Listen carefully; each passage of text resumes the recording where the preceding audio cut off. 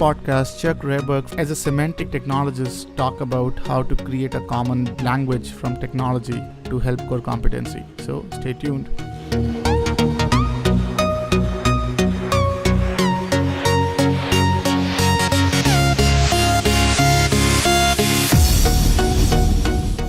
So welcome everyone to another episode of Future of Data podcast. Today we have a guest in a very interesting topic that I'm very excited to have a conversation on. Chuck Rehberg. So Chuck is a CTO at Trigent Software, chief scientist at Semantic Insights. Chuck has developed patented high-performance rule engine technology and advanced natural language understanding technologies that empowers a new generation of semantic research solutions. Chuck has more than 30 years of high-tech industry experience developing leading-edge solutions in the area of AI, artificial intelligence, semantic technologies, analytics, and product configuration software.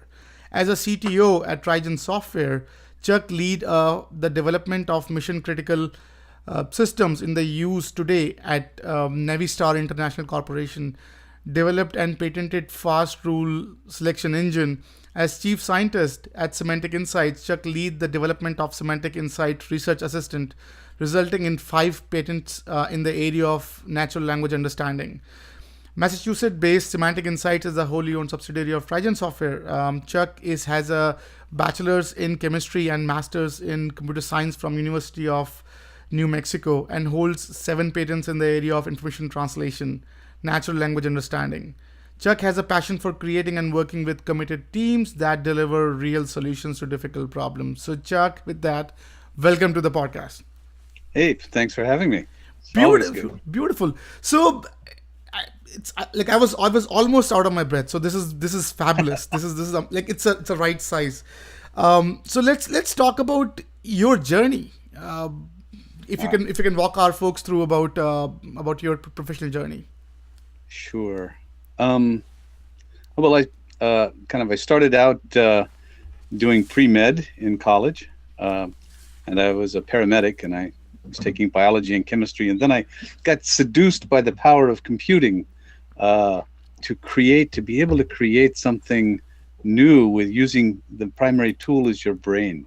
What a wonderful thing, and I found that I didn't damage or kill anyone in the process. So my pre-med aspirations became a little more clinical and a little more researchy, and then eventually became more about using computers and that sort of stuff. Eventually, my interests kind of evolved from doing it myself to taking on problems that require a team. Big enough problems. You solve the problems you can as an individual, and then you solve them as a team. And eventually, now, the team becomes the project, right? You're still doing technology, and you're still making things, and that. But now you're more than just you, and making that work. Along the way, found mentors, and that's always an important thing. Is to be with people who can help you, are doing things that you want to do, and many of these wonderful people could see my potential through my obvious limitations, which is always a good thing to have in a mentor. I took an AI course in graduate school, and after I got a degree in chemistry, and then I went to graduate school in computer science, and I took an AI course, and I was thinking, this isn't artificial intelligence. This is, algorithms. These are fancy algorithms. This is really not really. I mean, what is intelligence here? And so you got to admit, I'm in my early 20s, barely in my 20s, and I'm talking to the AI professor there and saying, she looked up at me and said, "Okay, Tuesday, I want to see your ideas in my office here at 4:00." And then went back to her work. Okay, right. And so that led to eventually I became her graduate assistant and a teaching assistant at college, and it was great. Even got a job doing AI work at Digital Equipment Corporation. We built something called Ops 5, and the XCon project there, and this was in 1980, so we're talking really early on. From there, it's interesting. I think that I probably haven't strayed too much from that initial beginning in throughout the years, but I've done a lot of different projects and a lot of different products. So that's eventually I end up at my current role. I started a company with some partners, and eventually sold it, and then worked at the company who bought the company, because that's what you do, and made sure that it could get off and all that, get off going and stuff. And then I joined Trigent, mostly hired by some friends that were already working there. That's how this business often works. And I was there to just, it was .com boom time in 2000, .com boom, and they were making products and stuff like that. And then they said, hey, we have a company here who is looking to actually be sold, and we're thinking of buying it, and they use something called Ops 5. And I said, what? Hey, wait, I know this. And so once that was back in my grasp, we came up with, we were supposed to replace it, and we came up with a new way to a new rules-based system that was much better characteristics in speed and space, flat in memory. And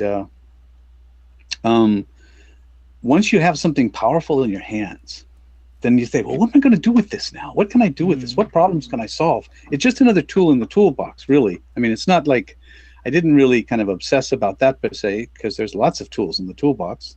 Everything from, MapReduce type things to artificial neural nets to, there's lots of tools in the toolbox, and I just collected them as well. But we started dealing with natural language processing because one of our clients said had this problem, and they run a TAC, a technical assistance center, and so they get problems all the time, but the problems are on software that is integrated with other pieces, and those things have bugs, those things have issues. There are technical reports all the time, and so somebody calls up, and this particular potential client we were dealing with makes manufacturing control software, and also software that controls nuclear power plants and that sort of stuff. So so they needed to have answers fairly quickly, good answers fairly quickly, but they couldn't possibly look through all of the data, the textual data, to figure this out. So we started saying, well, how can we help them find what they need to know, just what they need to know, calling from all kinds of things. And that led us to natural language processing, natural language understanding, and it just, one thing led to another, and then we started doing that. So that's how I kind of came to Semantic Insights, starting Semantic Insights inside of Trigent as the R&D group. I don't know. I could probably continue to talk on one question at a time. Go ahead. Yes. No, I think that's fabulous, by the way, and thank you for walking us through that. So, so now let's talk about your current role. So your day-to-day role as a technologist in Trigent and chief scientist at Semantic Insights. What does it look like? We'll resume after a short break. This part of the podcast is brought to you by First Friday Fair, fastest AI-powered way to find your next opportunity. Check out the website firstfridayfair.tao.ai and find your next dream job. Let's get back to the podcast. Well, Trigent is a multinational company, so that we have people all over. And so my day starts at like 4 a.m, and I start my U.S. day around 11:30 in the morning, and then into the evenings as the sun kind of moves around. My current role, I'm an officer of the corporation, so as chief technology officer. So I have both operational responsibilities in terms of P&L, how the system managements, physical plants, all that sort of stuff. Also personnel type operations, especially in the area of development. So what's happened is I started off as a pure CTO and kind of CIO sort of mix sort Mm. of thing, and then where I was just dealing with the technologies and trying to solve finding ways to solve problems for our clients and working with other architects to figure it out. And I've kind of like morphed into, well, our business is so, you have to really be on top of technology to survive. I mean, you can't just learn a language and then set about to go do that for 5 or Mm. 10 or 15 years. You have to really stay on top of it. And so more and more, the solutions and the things that in order to stay competitive and to actually meet the needs of our clients, more and more we needed to have more training, more knowledge. We had to have a constant learning environment, constant learning system, and be able to kind of grow our people both from outside as we hire, but also from inside. And so I ended up becoming far more um, operational with the development teams themselves. And then I kind of ended up becoming operational with the project managers, because Mm. now they have to keep up to date with the technology. Plus, they're also managing people. And as you know, this is really software development is really about people more than technology, in terms of like how to put together teams, how to deal with egos, how to deal with the needs of the individuals, and all of that sort of stuff. So my day kind of like it's hugely context switching. Mm. Is that one moment I'm negotiating a contract, the next minute I'm dealing with some sort of licensing issue, the next minute I'm trying to solve a problem that has come up, like maybe a fire, and the next minute I'm working on a patent, or I'm working on some new thing with someone, or working with a client. And so it's really difficult to say what I do in any one thing. It's like Right. I play for a living, actually. That's what I people say. What do you do for a living? Well, I kind of play for a living.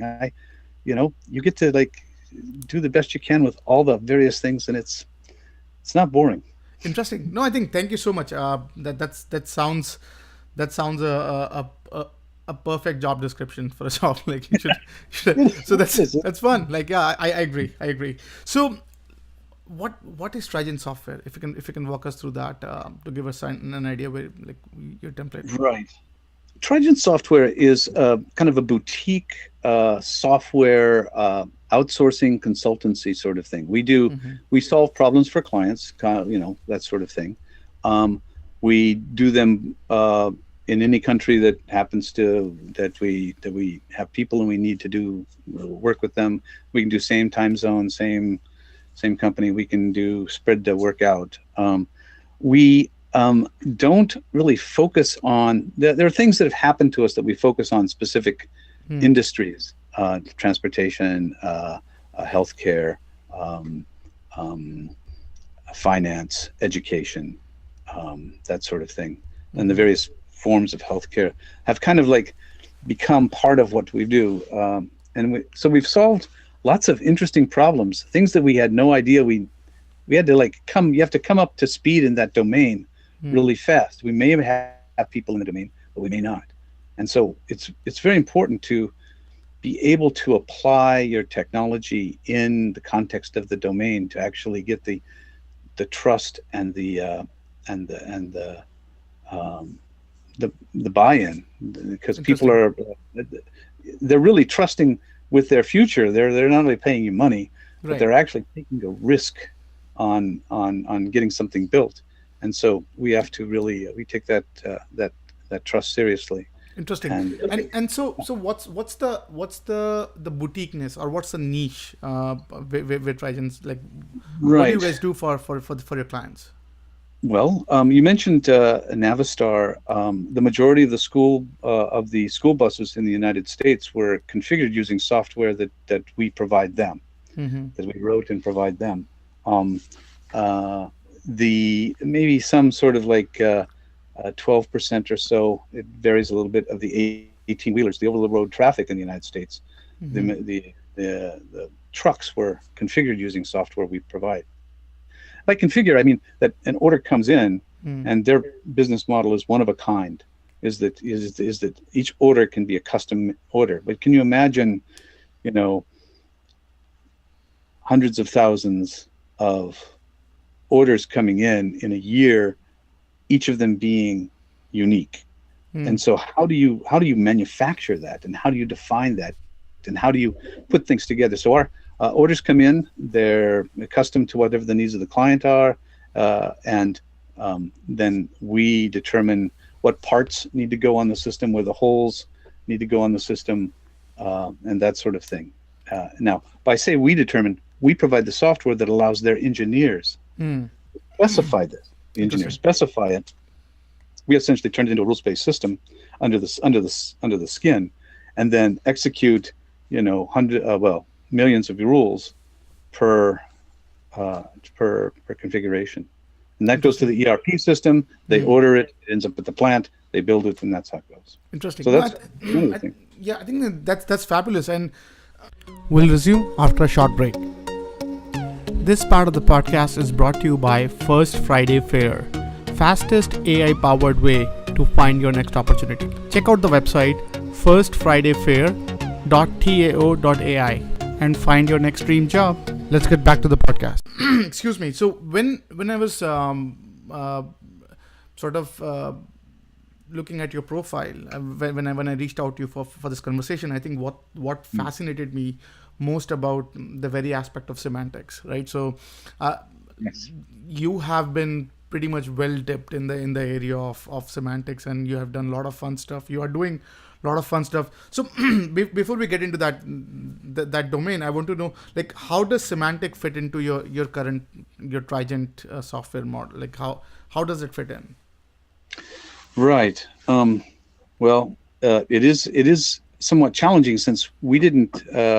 So we've created product Hmm. inside of a outsourcing consultancy, right? So now we have product, and we Right. have intellectual property, and so our clients have needs, and what we do is we work with our clients and we create partnership. It's really kind Hmm. of that sort of thing. And so Hmm. they may come to us looking for X, but we end up, saying, hey, we learn about their business, we learn what their pain points are, and if we can address them with what we have, then great, we'll go do it. But if we can't address them, and we have an enduring partnership, I actually send it over to the Semantic Insights Research and Development Division, Hmm. and we try and figure out how to solve it. How to do it, and this has led us to not only predictive analytics but prescriptive analytics. Hmm. Nice. Now, Wow. where it's not enough for us to say, hey, this is what's Hmm. going to happen in the future if you continue to do what you're doing now. It's, what do I have to do now to get the future I want? That sort of prescriptive analytics sort of thing. And those sorts of things that, once you start to step in that area, and it becomes another tool in the toolbox, you can Hmm. start to look for places to apply it, anywhere from healthcare to finance to certainly business, Hmm. and also government work. Yeah, so like that. Interesting. No, I think that's awesome. By the way, so um, would you mind sort of telling our audience about what is semantic? What is semantic processing? Right. Right. Okay. So you mean like the technology itself as Yes. such? Yes. Hmm. Okay. All right. So we talk about semantics. We talk about what would be considered meaning of thing. Hmm. Okay. So there are things we experience in the world. We experience reading, that sort of stuff, and so you could think of natural language processing as a way of encoding information in text. In what we do with is we encode information in text, and how do you decode that information back? And human beings do that because we learned how to read as kids, and we figured it out, and we understand how generally the meaning of the terms and how the meaning of the concepts work together as a cluster. You Hmm. know, everything from subject, verb, object in the world of reading of natural language.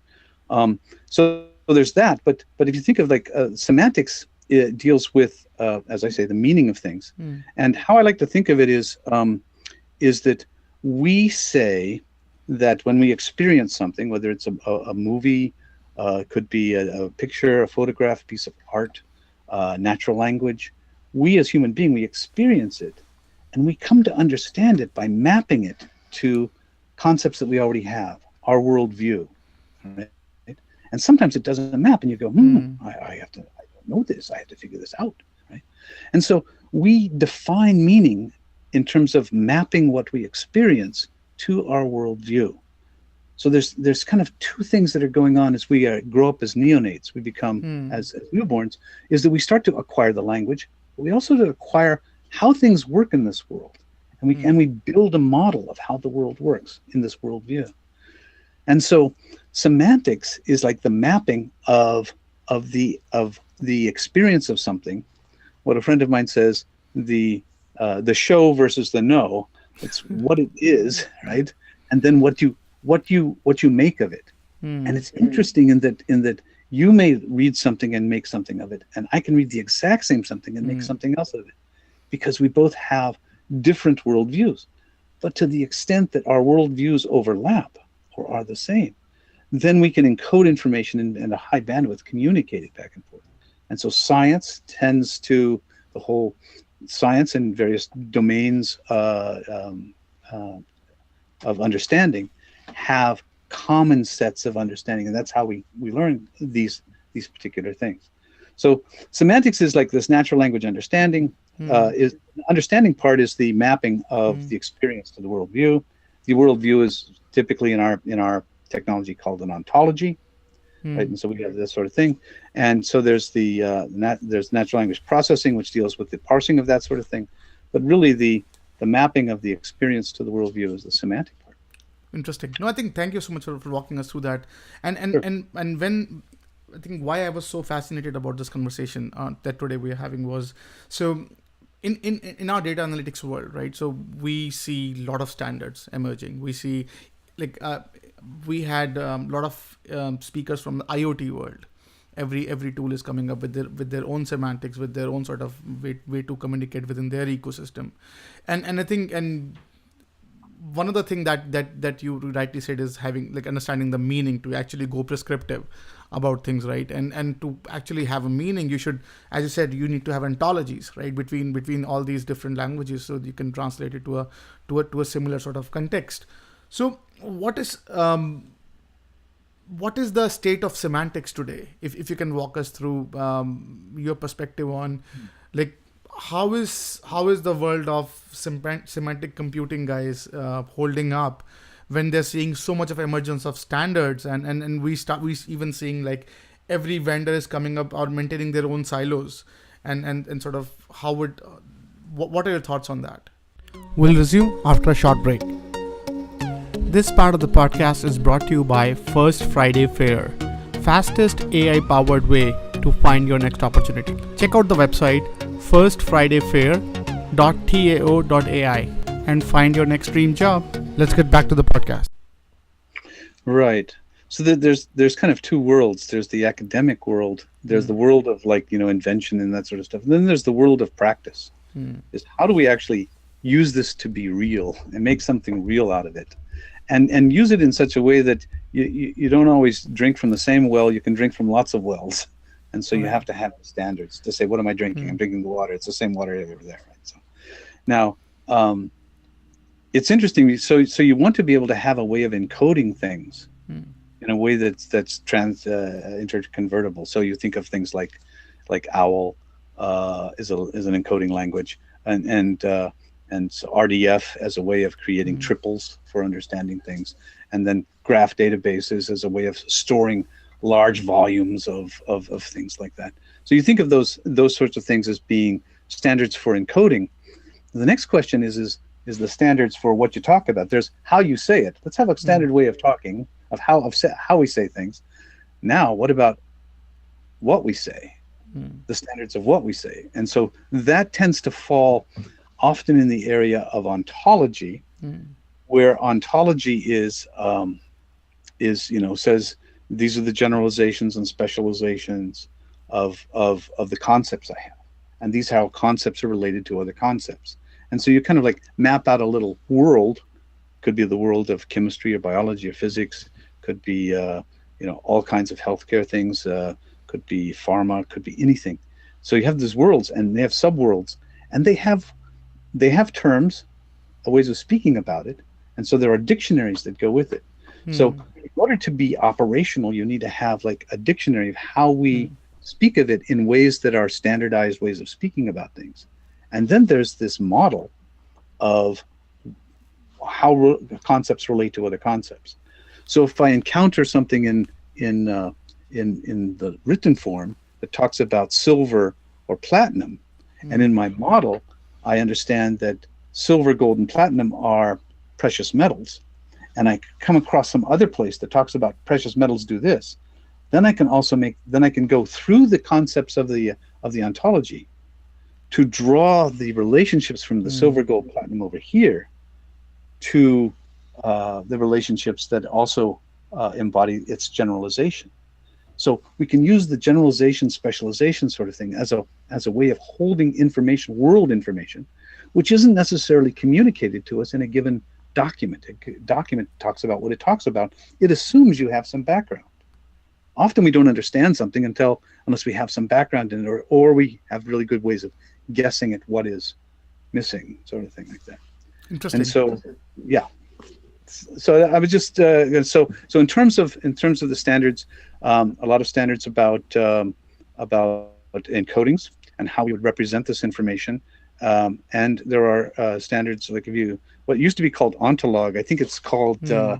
it's not the ontolog group. It's called the uh, ontology summit group of Hmm. people. They try to push forward with kind of John Soa kind of leading that way, sort of thing, to push forward into coming up with ways of expressing and the kinds of things we could talk about in ontologies.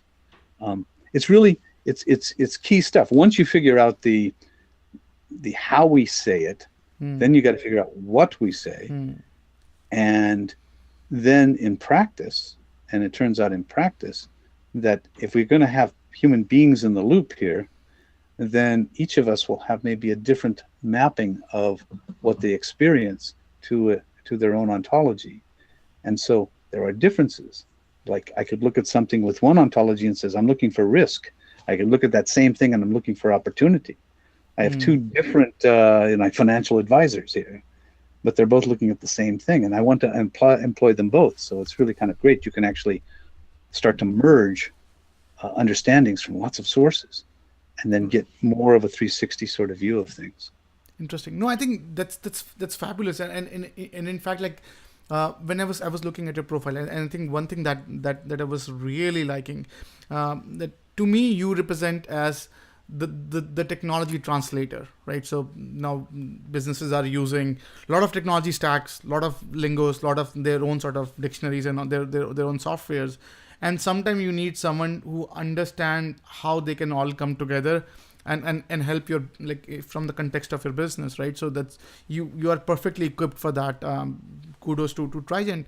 But for any other business, right? So for any other business who has it as a technologist, what are some of your thoughts for any other peer technologist who are not from semantic world, who is not a good translator maybe to understand and sort of struggling through this integration challenges between 1700 products that they are working on, or at least products they're using to maintain their core competencies? Like what are some of the best practices that you have seen that businesses should do to sort of help them use technology to their advantage rather than just pretty much like getting bogged down understanding what each one is saying in its own context?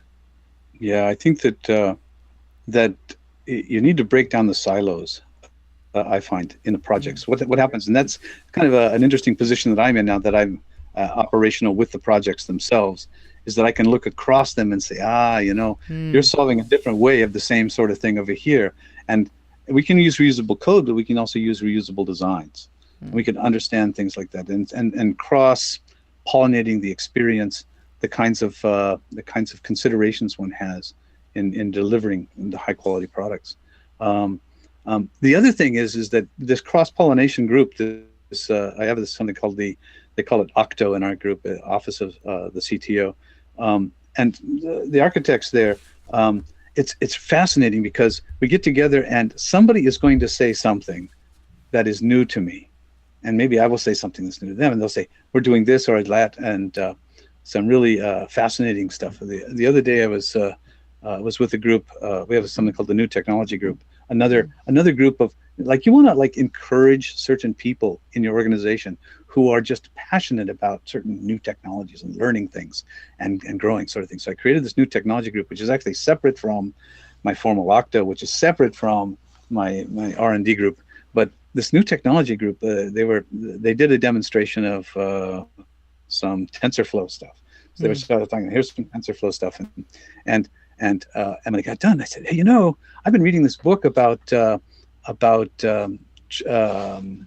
trees, decision trees, and forests and stuff like that, and so we started this interesting conversation now about how that would work, and what you have to consider when you're looking at things in TensorFlow, which is essentially an implementation of this sort of approach. I think, wow, this is that sort of thing, and then the group goes, okay, so next week we'll do a demo on this sort of thing and that sort of thing. So I would say that if you're going to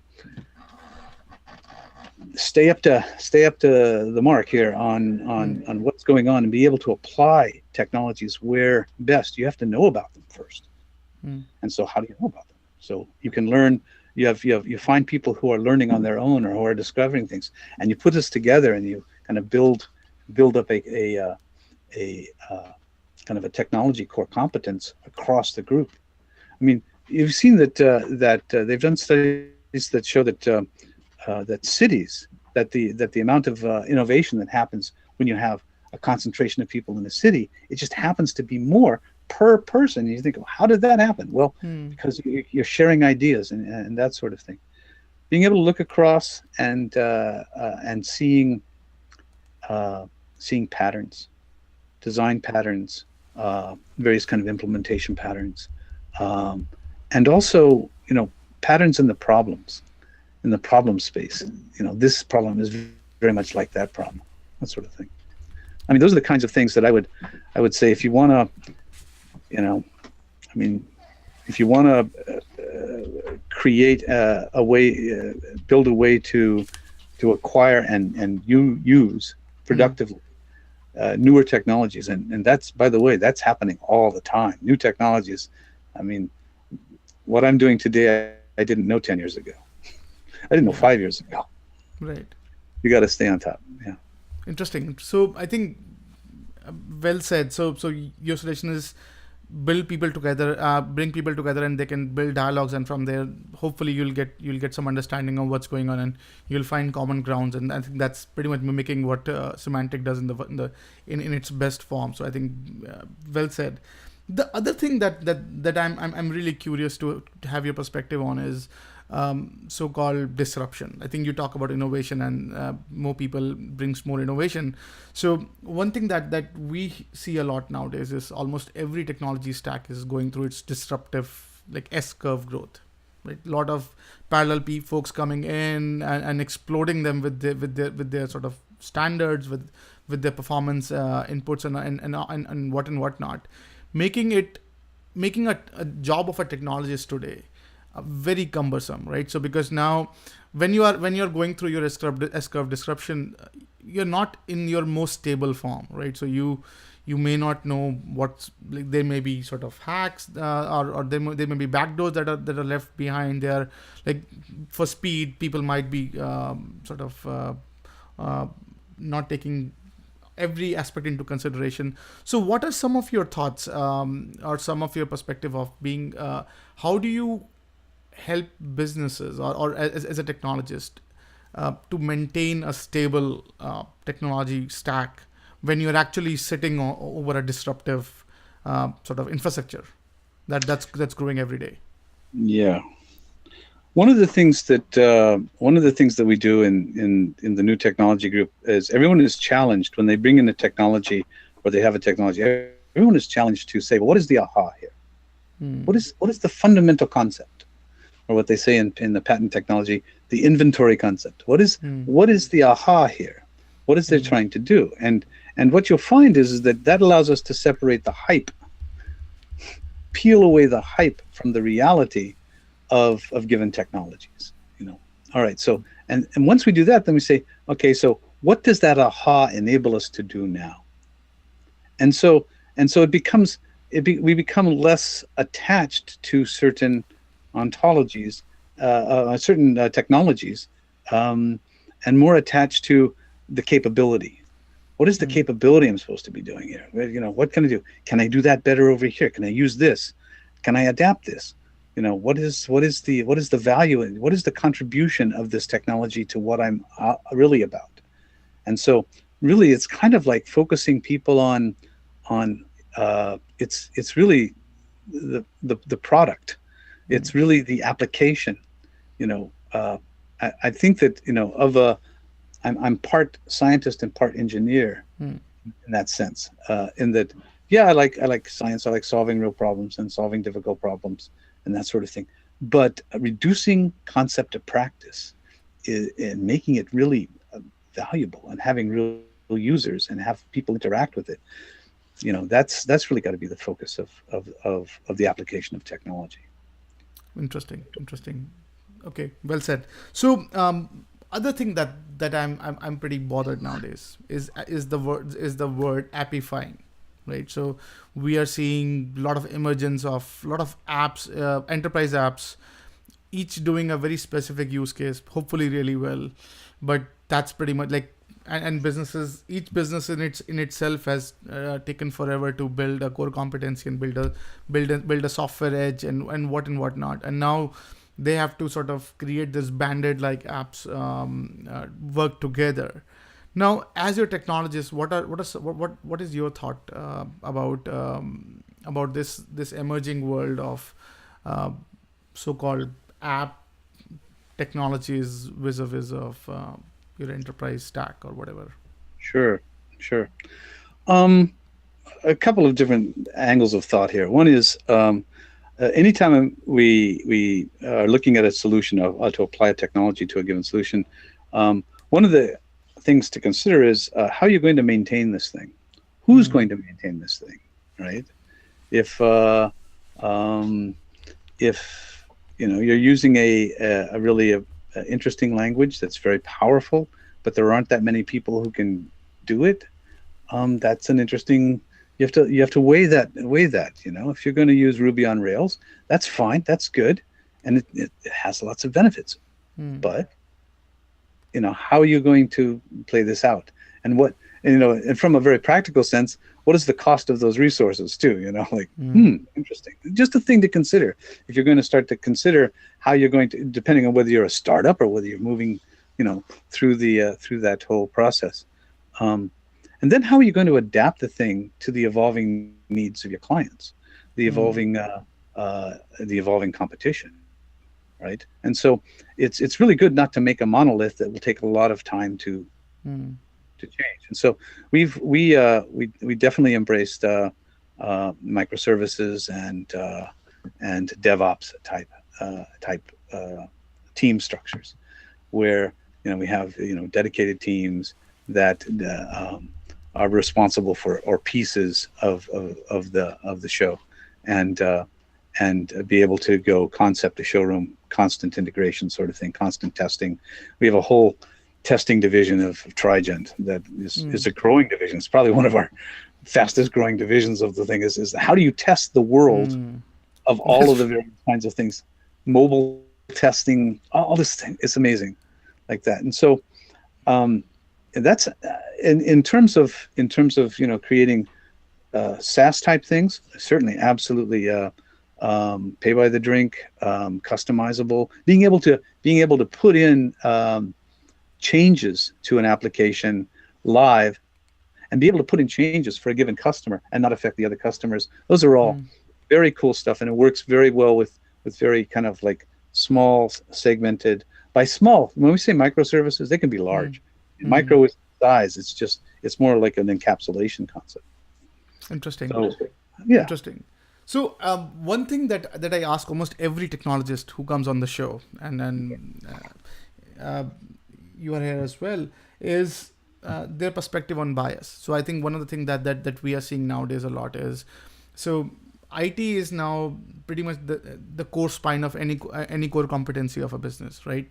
And then an IT, anyone who's enabling IT is pretty much they're enabling the core competency of any business we talk today. Now with that, with more responsibility, like with more power comes more responsibility. So now, as a technologist, pretty much handling a business spine, uh, how do you maintain yourself bias free? I mean, um, like if I have a favorite technology, how do Right, I right, right. be able to Your push technology that? bias or your knowledge bias, right? Yeah. Right, right. And I think that goes back to the kind of a core philosophy of what is the aha of this technology? What does it really give Hmm. me? If I'm using Angular or if I'm using Node or something Hmm. like that, that's those sort of what am I buying with this? And what's the pros and cons? How does that play? And so um, I try to stay as neutral as I can. Um, I have, and some of the decision is who do I, how deep is my expertise in something, Hmm. and as a company, you have to say, what is this technology decision going to cost the company? What is Hmm. it going to really be? So, and I think that comes from my larger perspective of not just technology. My role in Trigent and Semantic Insights is not just technology, but you know how do we make this into a business? Hmm. How do we make the intelligent business decisions about this? And especially for our clients too, how do we make intelligent business? And often they come with their own ideas of what it should be. This is the technology. We have to take the clients as they come, as they're so they have problems, but they also often have notions of what the solution should or could be, and they also have their Hmm. own experts. And so you have their own experts with their own biases or whatever sort of thing. So almost the question is almost how do I deal with the biases of our clients, Hmm. as opposed to my, in addition to my own biases, right? That's true. That Is is that, true. they come in and they go, really? Okay. Um, and so interesting. After a while, if we work with them and we develop long-term relationships, sort of thing, then we become kind of a consultant Right. in that process of well, what is that? What is that technology? What should we be doing with this? And how would you choose this? And you know, but I think that also Trigent is since we really cut the entire stack. We go everything from mean stack, lamp stack, Microsoft, certainly a lot of Microsoft. We're AWS, we're Azure, we're Google, uh, you know, cloud sort of thing. Um, we'll play at anything, and which really we have silos of people who are specialists in that area. And Hmm. so now it's not so much me having a bias, but me listening to the biases of others and adjudicating, how best to move something. So that goes back to, it's mostly a business about dealing with people rather than technology. That's true. I think, and that's, yeah, you spot on. I think, like when we started, you spoke about your job is to manage all the healthy egos in the group and all that. So you have to maintain the Right. politics. So I think it just add so every bias is mostly about people, and then sort of Yep. how do you, yeah, okay, beautiful. So let's talk about some of the KPIs you care about, like as a technologist, like what are some of the things that that you monitor as your success metric in your current role. Oh, yeah. Um, all right. So, as being also operational in the company, I collect data in the company. Okay, I collect what is, and so really understanding the cost of the data that's being collected, the quality of the data that's Hmm. being collected, the value to the organization of the understanding resulting from that data.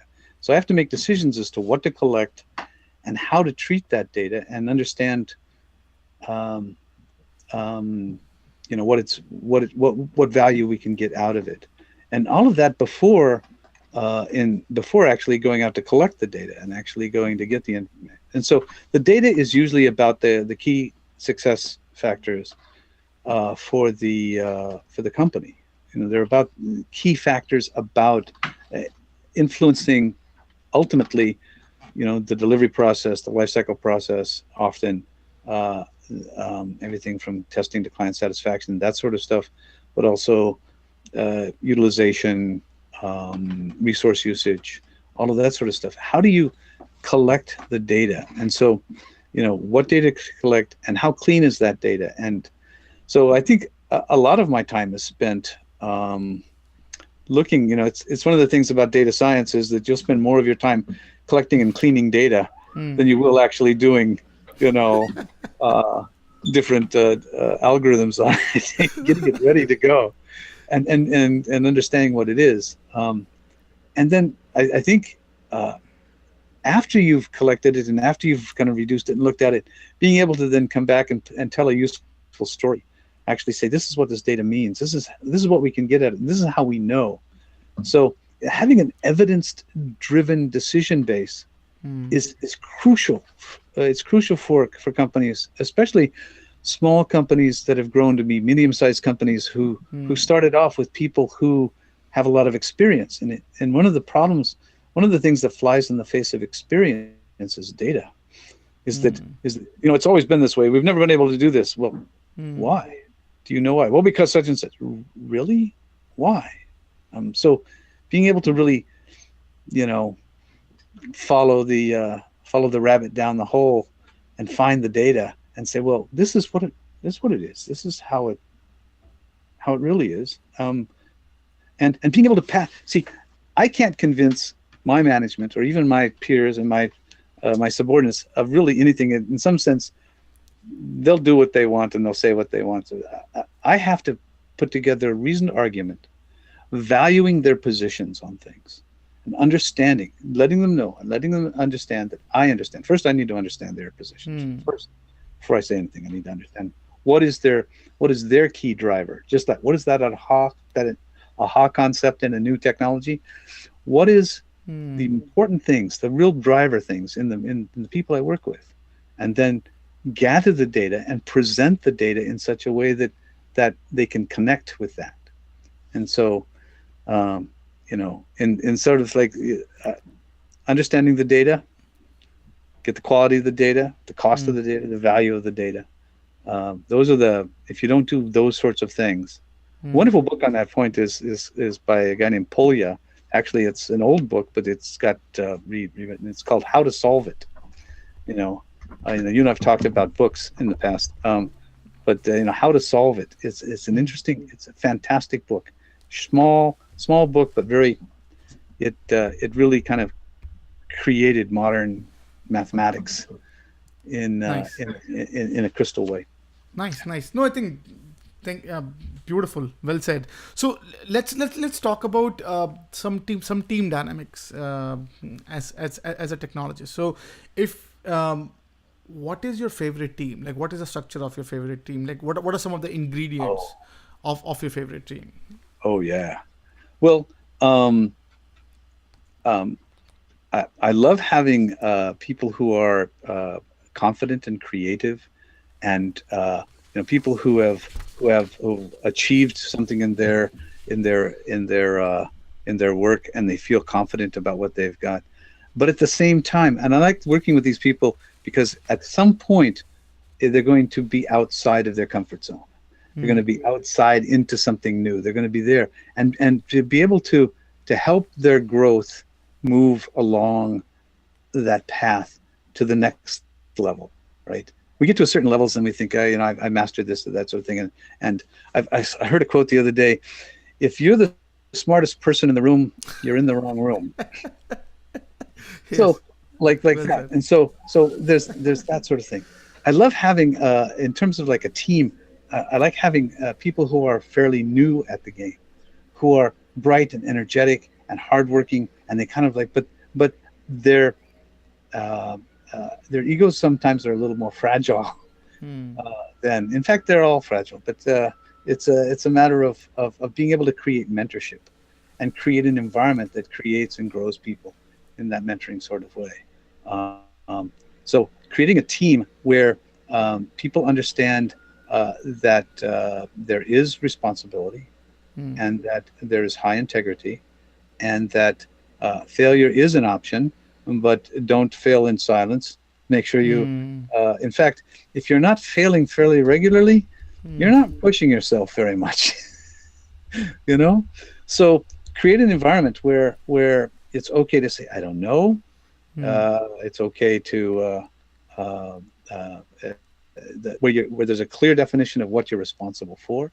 I was an early adopter of Agile and Scrum. I love Scrum, because it's teaching people how to be very precise about saying, Hmm. you know that communication, and getting the discipline, creating and engendering that discipline in a team where it's really crisp. Nothing like it. Beautiful. Well said. So if let's talk about creating a team of Avengers, technology Avengers. So if you are put up as a technologist for say a startup, Mm. how do you approach at building a technology team or building a stable technology team? What is your recipe? Right. I really have to. I mean, it's really important uh, to align the goals of the people you have on your team with the goals of the operation or the organization or the startup. Right Interesting. now, they won't always be 100% overlapping. I mean, there will be an overlap, right? But to find that overlap, and to be able to and put that out, and keep it present, and keep it tangible, to see everybody sees where they fit in the game. Um, Ultimately, startups are like families. If Hmm. and as families, you're going to have arguments and things like that. You'll have whatever. Also, startups are high pressure. I mean, Hmm. there are things. There's a wonderful statement by a guy named Moshe Feldenkrais, who said, um, any biologic system under stress tends to revert to a previous evolutionary behavior.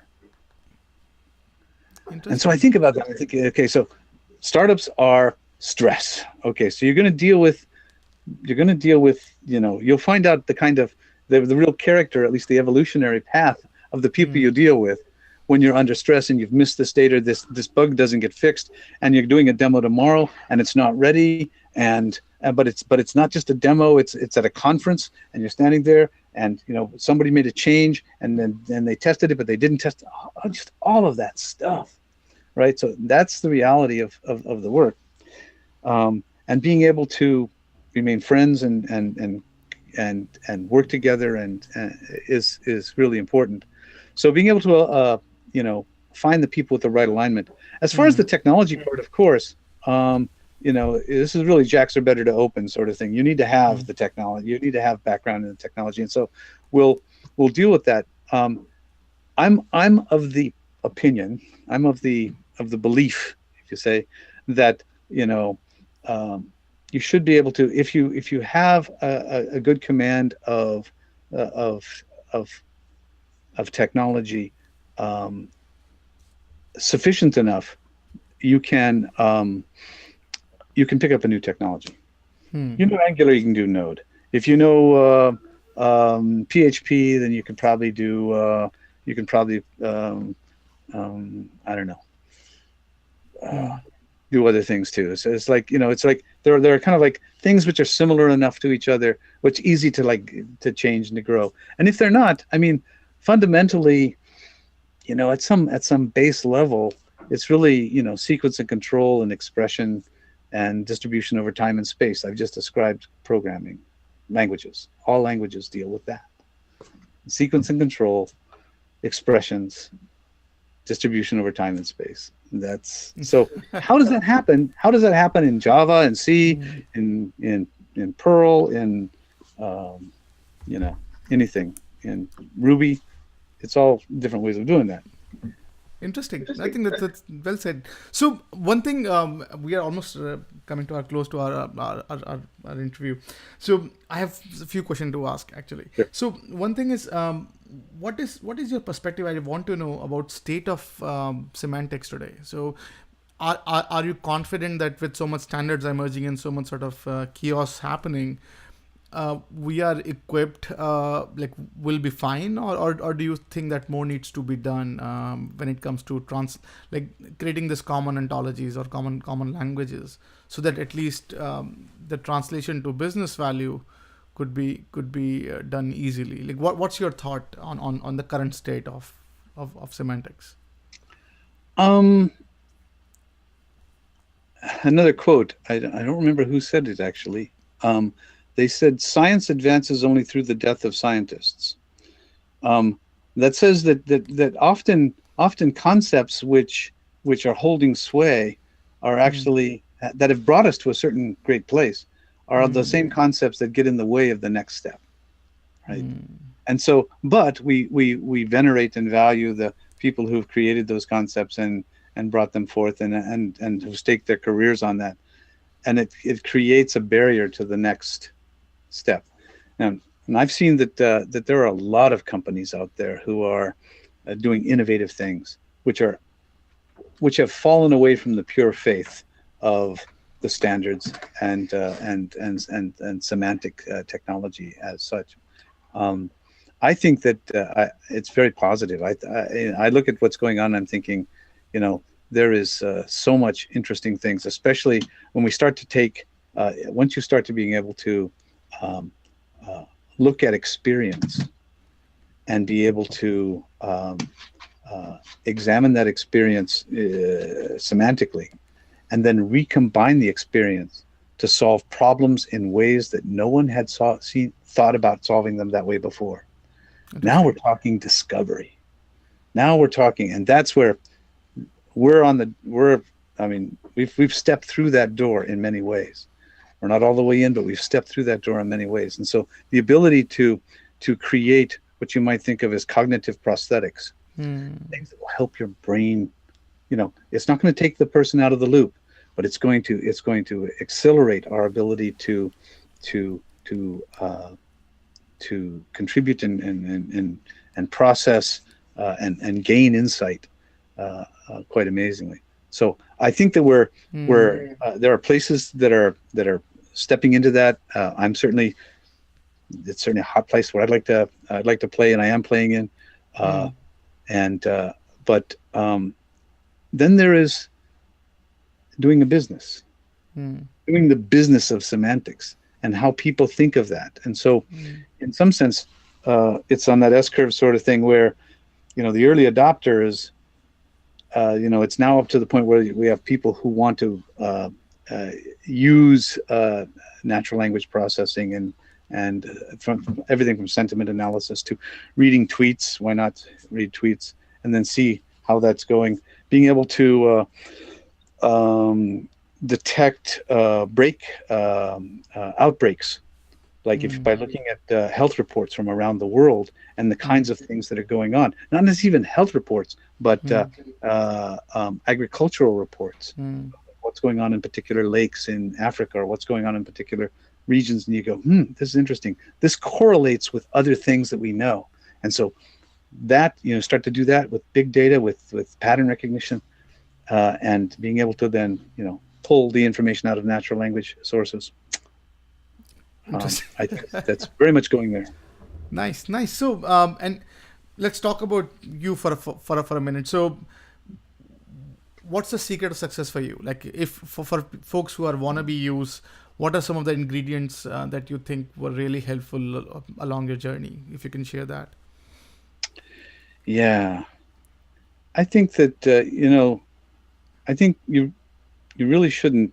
You really need to hold on to your professional integrity and your personal integrity. I think you need to be politic about things. I mean, you can't say everything that's on your mind. You have to look at the context. You are responsible for your words, and not just the words that you say, but how they land. People say that you're not responsible for this other person's anger. If I knew that my words were going to make them angry, yes, I am responsible for those That's words. true. I'm responsible not for their anger, but I'm responsible for the words that may have contributed to that. So being aware of the context you're in and living it with integrity within that. And, and if you're being asked to do something, or if something occurs that is outside of your integrity, then say so. Say, look, I really can't go there. Hmm. You don't have to say no per se, but if they say we really want you to go there, I said, tell me how I can make that right. Tell me how does this really work? And those sorts of things allow us to create relationships with our bosses and with others, with our peers and with our colleagues and everything. That once you've delivered on your promises, and once you've delivered, they know you're a reliable person, and that you have integrity, then people will tend to rely on you, and people will tend to seek you. And if I don't know something, I say I don't know something. But I want to know. But so tell me about that. If you ask me a question, make a statement about something, and I don't know what it is, I'm thinking, well, how does that work? What is that? One of our architects did that the other day. He said, "Oh, what was it? Some architectural pattern. It was an architectural pattern." And I said, "I've never heard of that before." And so the next time we spoke, I'd read now two or three papers on the topic, and I had a sense of what it was. I talked to him and found out that he's still learning it too. So it was like, so I think that there's a thing, and like in the growth of an engineer over a career, is that you want to achieve, you want to do the right thing, you want to be successful, you want to have accomplishment, and you want to be right. In some sense, there's this whole notion of being right. You want to be known as someone who's right.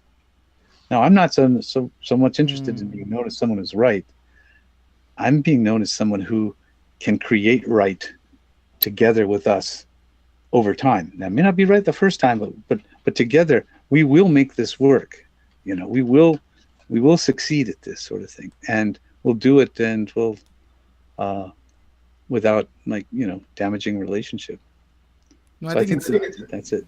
I think it's beautiful. So professional and personal integrity as for technologies, I think it's a music to my ear. So I think definitely it's beautiful. So thank you for sharing that and being that. So definitely really helpful. So let's talk about your favorite read, if you want to share with our audience. Oh yes, I love it. All right, so it's a short list, not a lot. Well, it could be far longer, but I'll give you a short list. One of the first books that really kind of like turned my head into craziness was a book written in the 40s by a guy named Stephen Pepper called World Hypothesis, a study in evidence.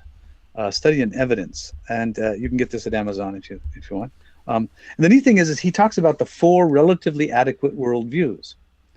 And of which 3 were taught in school, but the 4th one were not. But when you apply it and you look at it, it's really kind of like, wow. So that was kind of one of those, I hadn't even known those thoughts were possible sort of books. Another book by George Lakoff, again from the late 90s, called Women, Fire, and Dangerous Things, What Categories Reveal About the Mind. And it talks about how we think about categorization of things. All you have to have really is to categorize something. You can have the head of the list, the head of the class, the head of what is the category? Well, the category is that there's nothing in common there except that they're all related to a metaphor called a body. The right-hand man, that sort of thing. They're all related. So how do you do categorization? Now, why is that important? Well, object-oriented world is categorization. Classes are categories. Actually, they're just set definers. And there's called classification functions. And so what is your classification function? How do you recognize members of that set? Which is really what George Lakoff, and George Lakoff is a linguist. And it's kind of one of those things that kind of led me, as I start to hang out with linguists, I end up becoming more and more into linguistics, because I got a C in high school in English. It was not my top sport, it was my top course, and so it was not. But I'm there now. Right. So that's one. I mentioned the other one, how to solve it. It's called A New Hmm. Aspect of Mathematical Method by George Polya and others who have updated it to a modern time. Fantastic, fantastic book. Tight read, well written. Um, a book that I'm reading now, and it's fantastic in the area, especially in the area of data science, but it has nothing to do. It's not about data science. It uses data science, and it's called "The Better Angels of Our Nature," and subtitle "Why Violence Has Declined," and it's by Steven Pinker, who happens to also be a linguist, but he's not really taking the linguist. It's not a linguistic book, but it's about a study, a data study of, are we becoming a more violent society now? The answer, the data does not support that conclusion. In fact, it doesn't support it in lots of interesting ways. And so, but you can look at, but it's nuanced. And so it's a huge book. I think it's about 800 pages, and I'm only about 300 into it. So it's Wow. it's a slogging book, but it's fantastic. And when I touch it, I can't. It's like binging. You start watching and you start reading it, and you go, I have to go to work now. Boom, and I have to put it down. Like that. That's a good book. Another book is called Finite and Infinite Games by James Carse. Finite and Infinite Games. James Carse was, I guess he was head of. He was at Harvard Divinity School. I think he was head of the Harvard Divinity School. Brilliant book about what's meaningful in life. And when you get back to integrity and what's meaningful in life, it's a brilliant book, like that. And the final one I would put out would be Being Mortal by Atul Gawande, and Medicine and What Matters in the End. And it's a fantastic read. It's one of those you touch it and you cannot put it down. And so those are six books that I would say that are transformational in my life. That's a good list. And again, Chuck, thank you so much for sharing that. And by the way, we are almost at the end of the conversation. So thank you so much for being so candid and sort of and walking us through your journey and walking us through. And before we part ways, I think I definitely want to know, do you have any closing remarks for our folks who are trying to understand the idea of what's the language of business, what's the language of technology? What's your thought for what's your closing thought for our folks? I was thinking about that. You mentioned about the closing thought, and so a great way to gain insights into anything is really to study it and challenge it. How do you come to accept something as being true? The notion of truth, the notion of what is valid, the notion of what you allow it to be evidence, is really quite remarkable, because it's really only when you challenge your strongly held beliefs that you either come to strengthen them again, which is great, or you get open to new possibilities, new ways of being that may be more health affirming and life affirming, and that sort of thing. So let me challenge something. Don't confine your understanding of intelligence to organic systems. The process of understanding the world around you, from language acquisition as neonates, to forming worldviews, as we mentioned earlier, to gathering knowledge, like reading things, experiencing things, gathering experience. This is an adaptive process that can be executed by inorganic means. I don't mean simulated by an inorganic process any more than I would say that some humans simulate it better than others. So I'm saying, I'm putting out the challenges. Study it, challenge it, and look at what's possible, and you'll expand. It'll be a fun time at any rate. Interesting. Well, I think that's beautifully put. So, Chuck, with that, thank you so much.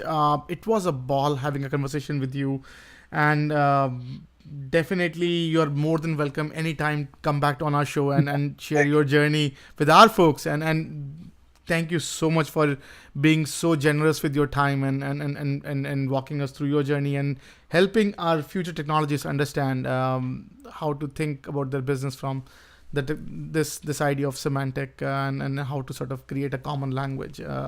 And thank you so much for that. Hey, you're welcome, Vishal. Thank you. This great opportunity. Thank you.